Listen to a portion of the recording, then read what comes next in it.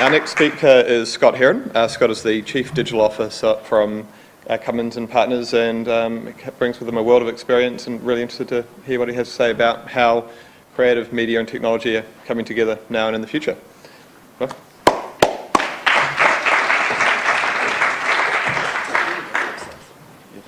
Awesome, thanks. Hi, good morning.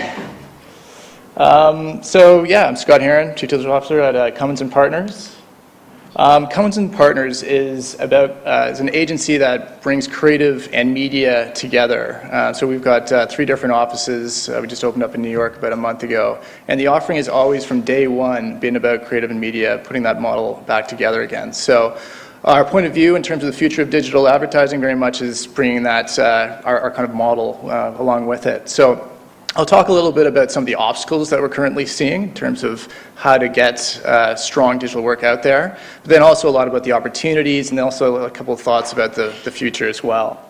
So first, in terms of some of the obstacles, there are so many different things inside of digital media in terms of DSPs, DMPs, exchanges, all these different things. You layer on top all the different devices and GoPros and drones and everything else, and we've got a very complex landscape. So it can be overwhelming. And one of the things that I find is that we can be a bit insane in terms of how we approach these different things, because there's just so much out there. We grab a little bit of everything and then try to make a go of it. So Einstein's quote, "Insanity is the same thing, is doing the same thing over and over again, but expecting different results." I think we're insane, but maybe in a slightly different way. We don't expect different results, but we're just doing so much and all over the place that we're not really setting a foundation for insights and stuff to build on over time. But then that also lends itself to what the opportunities are. So there's loads of opportunities to create that foundation, and there's a huge amount of opportunity inside of digital for this integration of creative and media.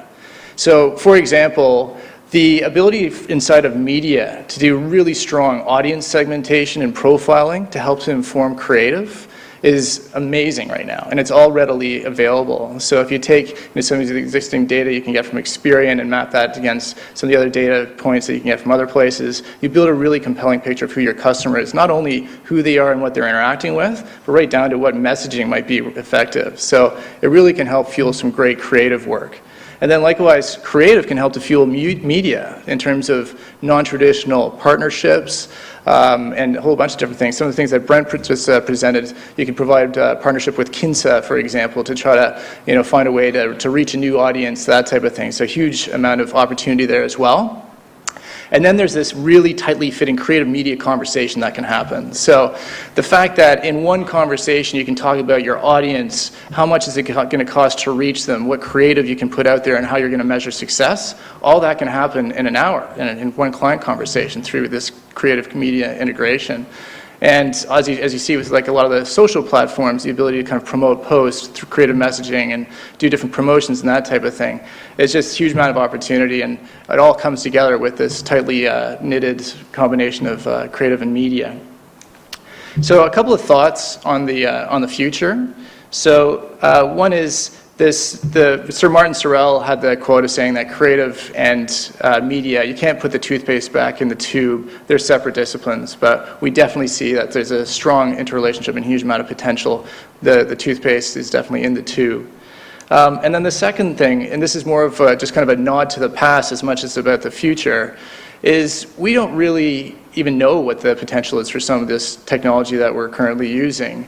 The radio was initially created as a communication device, kind of like SOS from one ship to the next, that type of thing. Twitter was initially used as almost an SMS communication between friends. So even things like programmatic bidding and whatever, it can be used today, could be more relevant in the future as the Internet of Things for your ability for your toaster to talk to your fridge or whatever. So there's a huge amount of potential here, and we don't even know what some of this technology can have in store. The next slide, I'm actually going to hop out. So then what they did is they had the QR codes. World's first way to truly explore a city. World's first? So you're going to say world's first. Being first has always been key, and I think it doesn't really matter what it's first with, but being first wins the day, because people talk about firsts. The world's first crowdsourced 3D printed QR code live stream via GoPro to a smartphone or tablet device drone delivery ticket system project. So you just hashtag that simple. Then you geotag where you are located. Then the drone will fly towards you, and as it's flying towards you, it is live streaming a QR code being printed by a 3D printer. When it arrives towards you, obviously you've downloaded the QR code. All you have to do, it's so simple, you just scan in the QR code that's being live streamed. It's how easy is that, and you get a ticket to this thing. Well, we obviously like to put technology first. Technology is not so much overriding the idea, it is the idea. You know, you thought about the customer from that end.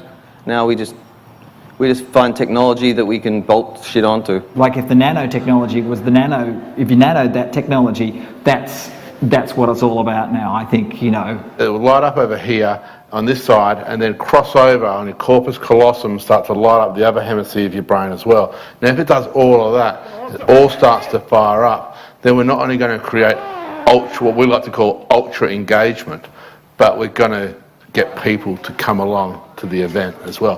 What is it? So you scan it and there's a hashtag. Anything else would be better. Have we got more time? Presentation's in 20 minutes, so...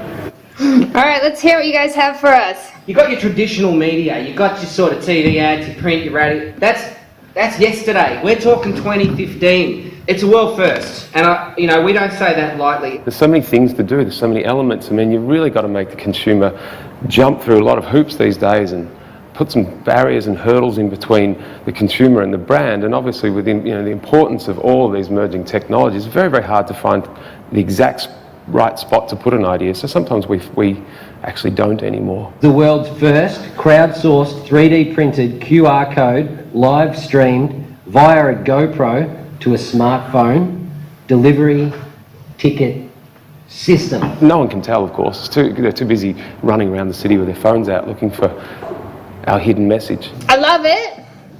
I don't understand it, but I love it. I think the idea is pretty awesome, and I'm really, really jealous. Who needs a fucking idea these days when you've got an awesome piece of tech? Paul, can you hear us? Okay, look, what I reckon is we make a film about it, and then we'll show it to people. Thanks, Paul, that's great. Thank you, mate. Bye. Well, that went well. What to probably 98% of the population would seem utterly pointless, vacuous, and a complete waste of time that they would never notice suddenly becomes something quite wonderful to us in the advertising industry, and I think that makes for wonderful case studies. What we've got here is a reasonably sophisticated quad. Let's put that on there. Okay, cool. We've got a focus now, we've got a zoom. So, does this fly? No. Okay.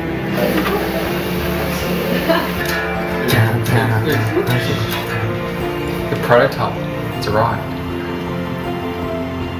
The fuck is that? One single flying message of hope and development and creativity. It's a term used rather over frequently, but I think genuinely one can say this is a game changer. Oh, this thing's a game changer. It's the way it changes the game. It's a game changer. That game has been changed. It's an absolute game changer. I see this as a game changer. It's one of those game changers that's just going to shift the industry totally.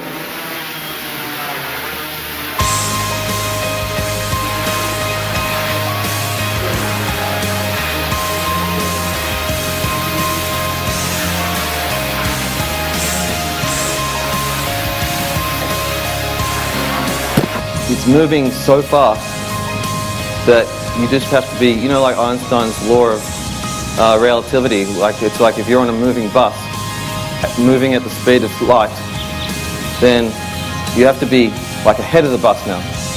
You're like waiting to catch the bus. And what happens if you don't? Well, then I guess you have to get the next bus, but we're talking the speed of light, so we're all right.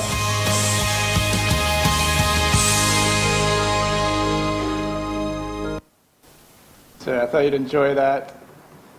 So the main point of my presentation overall is the importance of creativity and media in this joined up conversation between creative and media. Toothpaste is back in the tube, and there's lots of opportunities out there. Thanks a lot.